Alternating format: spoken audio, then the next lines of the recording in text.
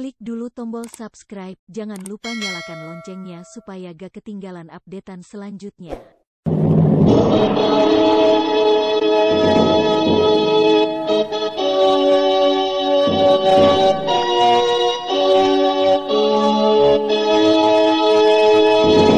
PT Supra Bio Farma bersama Sanggar Cerita mempersembahkan serial Sandiwara Radio Mantra Naga Bumi.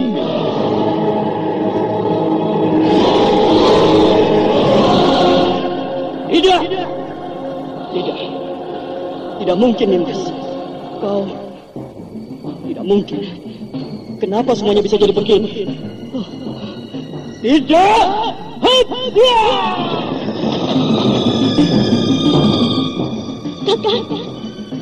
Kakang Ranggageni.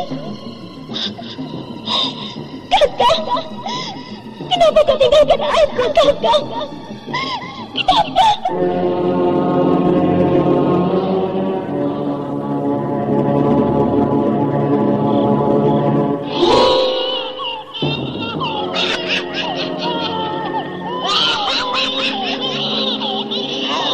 Ini adalah bayi yang kedua yang kudapatkan. Tinggal satu lagi. Dan setelah itu semuanya akan berakhir.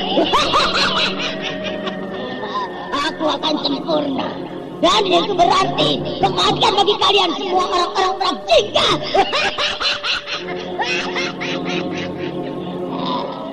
Darah-darah kalian akan kupersembahkan untuk Dewa ke-8. Kalian akan kuhancurkan. Kuhancurkan.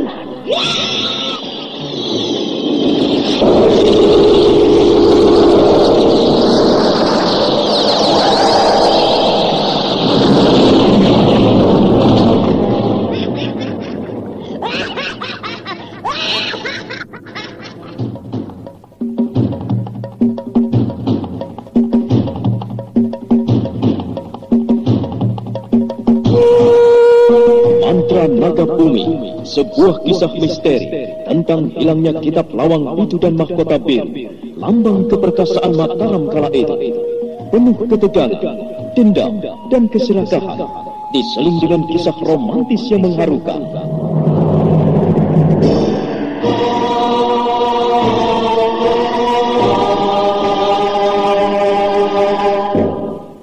Mantra Naga Bumi, ide cerita Totot Prambanan. Naskah disusun dan ditulis oleh Chandra Argadinata.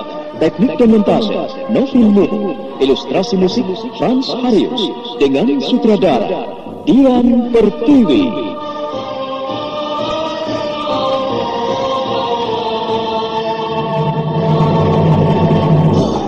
Mantra Naga Bumi kali ini menampilkan episode ke-31 dengan judul Sepasang Pedang Pembunuh.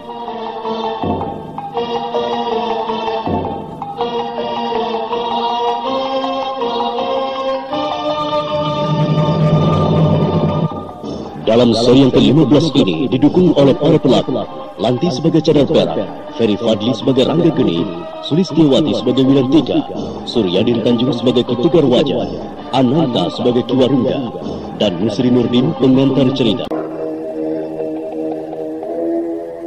Ragati tidak bisa bicara apa-apa. Dia hanya menarik nafas dan menutup pintu ruangan di saat gurunya sudah melangkah keluar. Cadar Perak terus melangkah menyusuri lorong candi. Tiba di halaman candi, dia menoleh ke gerbang. Dia menarik nafas panjang penuh dengan kedukaan. Ada duka yang menggores hatiku. Hutang darah ini harus kutebus. Aku akan mendapatkan dirimu. Tunggulah. Akhirnya Cadar Perak dengan langkah pasti meninggalkan Candi Kalasa. Dia menyusuri jalanan setapak di halaman hutan sekitar candi. Aku harus kembali ke keraton Merakjingga. Aku harus mengambil pedang pelang milik Dyah Ayu Pengukir. Pedang itu tidak dibawanya. Karena hanya pedang itu yang bisa mengimbang keganasan pedang Wulandara. Dan aku harus menggabungkan cara permainannya dengan ilmu Trisula Perakku. Kalau aku berhasil, maka aku akan bisa mengatasi pedang Wulandara. Sebaiknya aku pergi sekarang.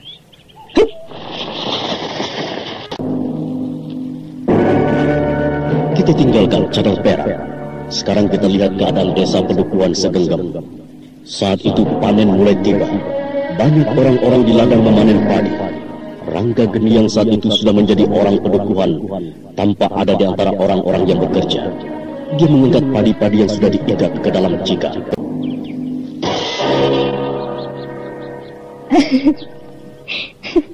Kakang Rangga, hati-hati, jangan terlalu dipaksakan. Jangan takut Nimas. Aku tidak apa-apa. Padi-padi ini tidak berat. Biar cepat diangkat ke rumah. Ayo, mana lagi padinya? Ikat yang cepat. Biar aku bawa lagi. Nak Mas, bawa itu saja dulu. Jangan banyak-banyak. Iya Ki. Masih lagi. Ingat, aku menyuruhmu menyebutku apa? Apakah harus kuulangi lagi? Iya. Maafkan aku, Paman. Maafkan. Aku suka lupa. Baru umur segitu saja sudah lupa. Nanti belum tua sudah pikun. Kan namanya lupa ya tidak ingat. Dasar. Sudah angkat orang. Sudahlah Wilantika. Ayo ikat padi-padi itu biar nanti ayah yang angkat. Kasihan Rangga. Dia sudah sejak tadi bekerja. Oh ya, apakah kau sudah siapkan makanan untuknya? Sudah ayah. Nanti kalau dia kemari, kita makan sama-sama. Kelihatannya gembira sekali. Ki Warungga, maaf kami tidak tahu kehadiran Ki Warungga. Oh ya, silakan duduk Ki. Duduk sini, silakan Ki. Iya, terima kasih Ki Tegar Wajah. Aku senang sekali. Karena akhir-akhir ini desa kita mulai tenang, mulai aman. Panen kali ini kita semuanya tampak bahagia. Iya, begitulah Ki. Ini semua karena orang-orang dari Pedukuhan Ngelemu sudah tidak bisa berbuat apa-apa lagi setelah kejadian waktu itu. Iya, sejak Raden Mas Adiwiguna mati dibunuh oleh pendekar asing yang tidak dikenal itu. Ya. Desa kita menjadi aman. Dan terutama nasib Nak Mas Wilantika jadi tentram. Sekarang agak gemukan sedikit dibanding dulu. Terima kasih Ki. Yang paling membuat aku senang karena Nak Mas Rangga tidak diganggu lagi. Tidak dikejar dan disiksa oleh Raden Pasopati. Dulu dia menjadi sasaran pukulan dan siksaan bagi orang-orang Raden Pasopati. Tapi sayang, Raden Pasopati hilang bersama dukunnya itu. Dan membuat kita harus lebih hati-hati kalau mereka tiba-tiba datang kemari dan membalaskan dendam mereka pada penduduk Pedukuhan ini. Kita harus menghadapi mereka. Kita harus mempertahankan semuanya. Tapi mudah-mudahan saja mereka tidak datang. Karena bagaimanapun kita akan mendapat banyak korban. Sudahlah Ki Warungga, kita bicarakan soal lain saja. Iya. Memang tidak enak membicarakan soal atau ya masalah yang telah lewat. Oh ya Ki Tegar, kau beruntung sekali karena dibantu oleh Nak Mas Rangga. Dia baik dan dia juga gagah. Wajahnya tampan. Dia sepertinya anak bangsawan yang kesasar kemari. Apalagi kalau sampai dia menjadi menantumu, maka kalian berdua akan beruntung. Aku tidak berharap demikian. Walaupun anakku mencintainya, tapi aku tidak berani memaksanya. Itu pilihan mereka sendiri. Sudahlah Ki Warungga, ayo duduklah. Nanti kalau Nak Mas Rangga selesai meletakkan padi-padi itu ke tikar, dia akan kembali kemari. Lalu kita makan bersama-sama. Aku jadi merepotkan saja. Tidak usah. Aku juga membawa makanan sendiri. Mubazir kalau tidak dimakan. Ya, biar aku makan di sana saja. Makan sendiri itu tidak enak Ki Warungga. Iya Ki, makan sendiri itu tidak enak. Sebaiknya kalau Ki Warungga enggak makan di sini, ambil saja makanannya. Lalu kita makan bersama-sama. Iya, itu saran yang baik. Daripada mubazir, kita makan saja sama-sama. Aku juga ada dibekali oleh istriku sambal terasi dan lalapan daun singkong. Iya. Tunggu sebentar. Aku akan mengambilnya. Baik Ki, kami akan tunggu. Kita akan makan sama-sama.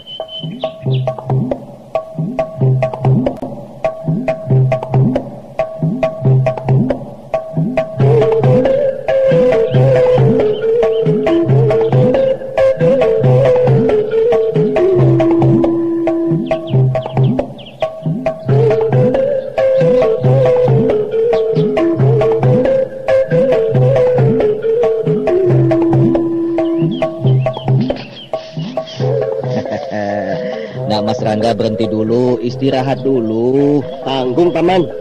Biar ku bawa semuanya dulu ke Cikar. Kan tinggal satu ini lagi. Istirahatlah dulu, Kakang. Jangan terlalu dipaksakan. Kurasa tidak nih, Mas. Aku tidak terlalu memaksakan. Ini kan memang tinggal satu. Tanggung kalau dibiarkan. Nah, sementara aku ke sana membawa padi ini, kan Nimas bisa mempersiapkan semuanya. Ya, bawalah. Tapi kau harus cepat-cepat. Beres, Paman. Oh ya, tadi Ki Warungga kemarin mau apa, Paman? Mau menumpangkan padinya biar dibawa sekalian? Tidak, bukan itu. Dia hanya kesepian ke ladang sendirian. Anak dan istrinya tidak ikut. Jadi dia ingin ngobrol bersama-sama kita. Lalu sekarang kenapa beliau kembali ke ladangnya lagi? Dia mau mengambil nasi dan bawaannya. Dia mau makan bersama-sama kita di sini. Kakang bawel. Sudah angkat sana padinya. Cerewet saja seperti perempuan. Wilantika. Mana padinya? Ayo aku angkat. Hati-hati nak, Mas. Setelah itu kembali kemari. Kita makan sama-sama lalu kita pulang. Iya, Paman.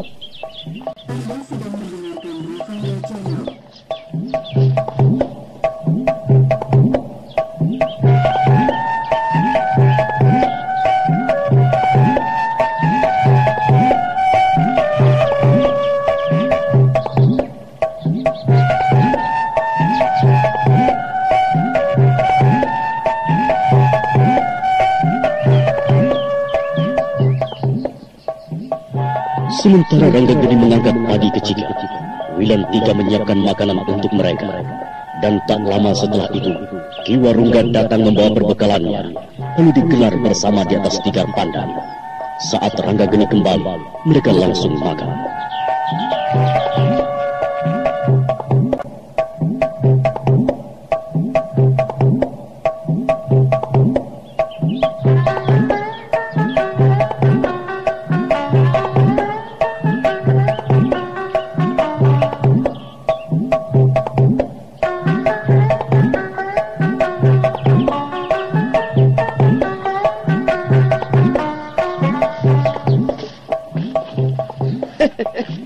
Luar biasa. Baru kali ini aku merasakan makan yang enak. Lihatlah, hampir seluruh tubuhku dibasahi oleh keringat. Enak sekali. Iya, aku juga rasanya lapar terus. Sayang sambalnya sudah habis. Nah, Mas, ayo makanlah terus. Jangan berhenti sebelum kenyang. Sudah cukup, Paman. Menurutku, makanlah sewaktu lapar dan berhentilah sebelum kenyang. Ada lagi. Kau dapat di mana kata-kata bodoh seperti itu? Itu bukan kata-kata bodoh, Ki. Itu kata-kata yang dibuat oleh orang-orang pintar, oleh para pemikir. Dan itu semua bagiku benar. Sebab kalau kita makan dan berhenti saat kita sudah kenyang, lantas mana lagi tempat air dan tempat udara di dalam tubuh kita? Kita bisa menjadi lemah dan tidak bisa bebas bergerak. Karena kekenyangan itu akan membuat kita jadi malas. Mungkin kau benar. Aku tidak pernah mendengar kata-kata itu. Aku hanya tahu bahwa berhenti makan saat aku merasa kenyang. Memang kadangkala kalau setelah makan kenyang, ya sakit kalau dibawa minum. Dan bernapas pun juga jadi sulit. Nah, bukankah Ki Warungga merasakannya sendiri? Tapi jangan karena hal itu kau lantas makan sedikit. Kurang dari biasamu, nak, Mas. Iya, Kakang. Ini tambah lagi. Jangan berhenti dulu. Sudah nih, Mas. Ini sudah cukup. Terima kasih. Ya, Dewata memang menciptakan hari-hari ini penuh dengan keindahan. Aku akan cerita nanti pada anak dan istriku bahwa hari ini aku makan banyak sekali. Biar besok kalau kita ke ladang lagi, mereka mau ikut dan membantuku di ladang. Oh ya, Ki Tegar Wajah, apakah setelah ini kau langsung pulang? Tidak juga, Ki. Mungkin Nak Mas Rangga dan Wilantika saja yang pulang. Aku masih ingin membersihkan ladangku, menebangi pohon-pohon liar. Nanti setelah semuanya kering baru aku bakar. Ada apa, Ki? Kau mau menitipkan padi-padimu? Iya, aku mau menumpangkan beberapa ikat padiku ke rumah. Sebab aku akan bawa yang lainnya. Aku ada juga mencabut singkong. Oh ya, Ki Tegar Wajah mau singkongnya. Jadi sekalian saja. Oh ya, boleh, Ki. Mana? Wilantika, tidak ada sopannya. main serobot saja. Dia memang suka dengan singkong, Ki. Iya, kalau begitu nanti aku ambilkan dan sekalian dibawa pulang. Oh ya, Nak Mas Rangga, ayo ikut aku. Nanti bawa sekalian ke Cikar. Marilah, Ki. Paman, aku pergi dulu. Aku ikut. Wilantika, ini sisa makanannya bagaimana? Apakah mau ditinggal begini saja? Nanti saja, Ayah. Bereskan saja dulu, Nak Mas. Nanti aku tunggu. Kalau sudah selesai, baru kita pergi. Baiklah, Ki. Aku akan membereskan semuanya dulu.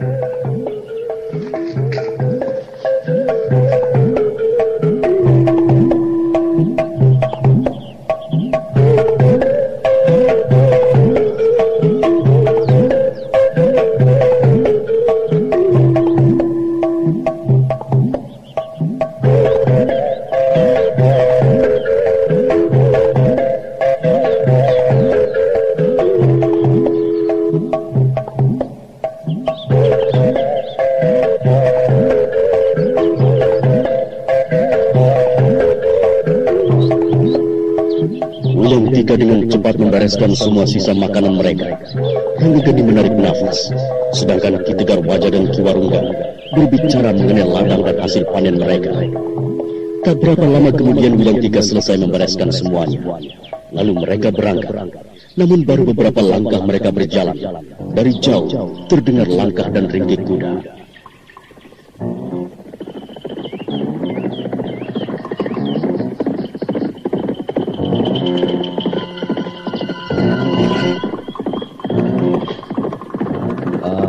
Enggak, ada yang datang kemari. Agaknya mereka berkuda dan tidak sedikit. Apakah mungkinkah Pasopati dan orang-orangnya?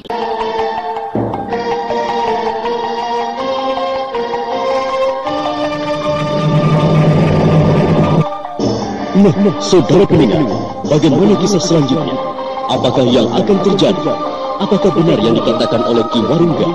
Untuk mengetahui jawabannya, ikuti terus serial Mantra Naga Bumi ini pada seri berikutnya. Terima kasih atas perhatian Anda. Sampai jumpa.